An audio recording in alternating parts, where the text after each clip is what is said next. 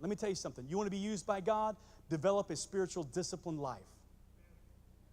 I'm going to say that again. You want to be used by God? See, many people run around saying, oh man, I wish God would use me. Man, I wish God would use me in the gift of prophecy and the word of knowledge. I wish God would use me to witness and see people set free. Let me tell you something. One of the best ways I can tell you to be used by God is to develop a disciplined spiritual walk with Jesus so that when He needs you, you're available, you're connected, and you're ready.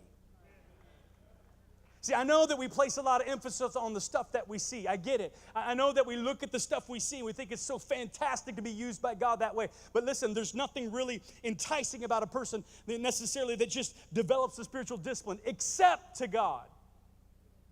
Because He's looking for those who would develop. Listen, some of you in your prayer closets have been praying. You've been reading. You've been seeking. You've been spending. You've been worshiping. These Wednesdays, we've been gathering at 6:30 in the morning, at noon, at 7 o'clock. We've been gathering. We've been seeking. We've been praying. And you know what? There's sometimes it's just not that exciting. But it doesn't matter. Because we are positioning ourselves to be used by God. We are positioning ourselves. See, that's part of our problem.